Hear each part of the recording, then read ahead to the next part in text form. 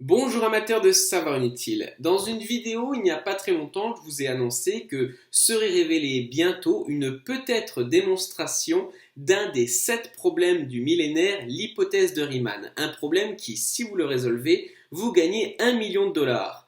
Et c'est pas pour rien, c'est parce que c'est un problème central ou du moins très important dans les mathématiques. La démonstration a été rendue publique et j'ai décidé de nouveau faire une vidéo très courte pour débriefer un peu tout ça. Alors qu'une chose soit claire, je ne vais pas expliquer en détail la démonstration, parce qu'il faudrait introduire beaucoup trop de choses théoriques qui est assez compliqué. Si vous voulez comprendre ce que c'est l'hypothèse de Riemann, je vous renvoie de nouveau vers la vidéo d'LGJ. Donc, une démonstration a été proposée lors d'une conférence en Allemagne par le mathématicien anglais Attia, détenteur du médaille Fields et du prix Abel. Ce que je vais faire, c'est avant tout résumer quelles ont été les différentes réactions dans la communauté mathématique, comment la démonstration a été acceptée. Alors, j'ai glané par-ci par-là les interviews sur Internet ou même les réactions d'étudiants dans ma faculté de mathématiques ou de mes professeurs. Il faut d'abord comprendre pourquoi l'hypothèse de Riemann, c'est dans les 7 problèmes du millénaire. Clairement, résoudre l'hypothèse de Riemann, juste dire si oui ou non elle est vraie, ça ne va pas apporter grand-chose. Du moins en mathématiques appliquées. Par exemple, l'hypothèse de Riemann a des applications en cryptographie. Mais si un jour on nous dit que l'hypothèse est formellement vraie, ça va pas changer grand-chose. Tout simplement parce qu'on a utilisé des ordinateurs, des supercalculateurs, pour vérifier si l'hypothèse était vraie pour des très grands nombres, les plus grands nombres qu'on peut utiliser informatiquement, actuellement sur les ordinateurs, et elle est vraie. Donc du coup, si elle est vraie au moins pour les plus grands nombres qu'on peut utiliser sur ordinateur, elle est mécaniquement vraie en mathématiques appliquées.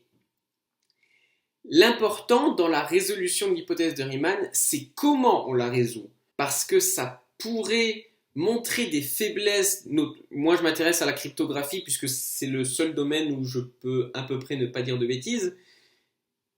Disons qu'une démonstration formelle de l'hypothèse de Riemann, en plus de dire qu'elle est vraie, si elle est vraie, ce serait de mettre à jour des faiblesses dans certains de nos systèmes de codage. C'est-à-dire une démonstration pourrait expliquer comment contourner des systèmes de sécurité bancaire, par exemple.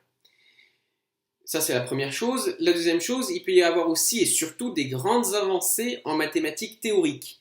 Pourquoi ? Parce que une nouvelle méthode qui permettrait de démontrer l'hypothèse de Riemann, on pourrait la récupérer pour démontrer plein d'autres problèmes, voire même ouvrir des nouveaux pans des mathématiques.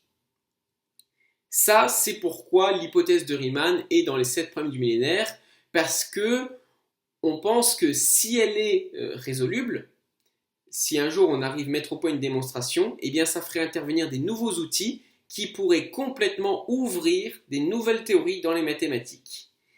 Et c'est là qu'arrive la démonstration d'Attia. L'hypothèse de Riemann, elle dit que l'ensemble des zéros non triviaux de la fonction zeta de Riemann admettent pour partie réelle 1,5. Super, on n'est pas plus avancé. Clairement, on a un ensemble de trucs et il semblerait que chacun de ces trucs vérifie une propriété. Par exemple, celui-là, ah bah oui, il a cette propriété. Celui-là aussi. Et la question, ce serait de montrer formellement que tous les trucs vérifient cette propriété ou alors de montrer qu'il existe un truc qui ne vérifie pas cette propriété. Et Attia, ce qu'il va faire, il va faire une démonstration par l'absurde. Pour montrer que tous les trucs vérifient cette propriété, il va supposer qu'il existe un truc qui ne la vérifie pas. Et il va montrer que c'est pas possible, qu'il y a une incohérence, quelque chose d'illogique là-dedans. Ça, c'est quelque chose de très classique en mathématiques, qui existe depuis très longtemps. Donc ça, c'était le premier point. Ça a un peu fait rire la communauté mathématique de se dire que l'un des 7 problèmes du millénaire est résolu par une démonstration par l'absurde, le premier truc qu'on apprend à faire en première année de licence de maths. Le second point, la démonstration d'Attia, elle n'est pas complète. Il y a des trous. Attia, il n'a pas donné une démonstration. Il a donné un chemin. Il a dit, si vous allez par là, vous réussirez à le démontrer.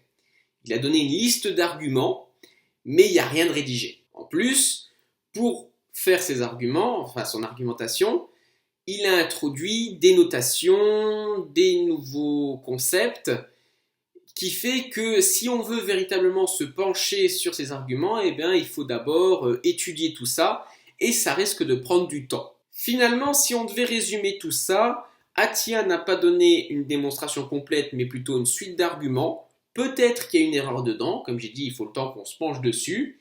Et de la part de la communauté scientifique que j'ai observée, il y a une petite déception de se dire que l'un des problèmes du millénaire, en plus l'un des plus connus, réputés, l'hypothèse de Riemann, se dégonfle en une simple, petite démonstration par l'absurde.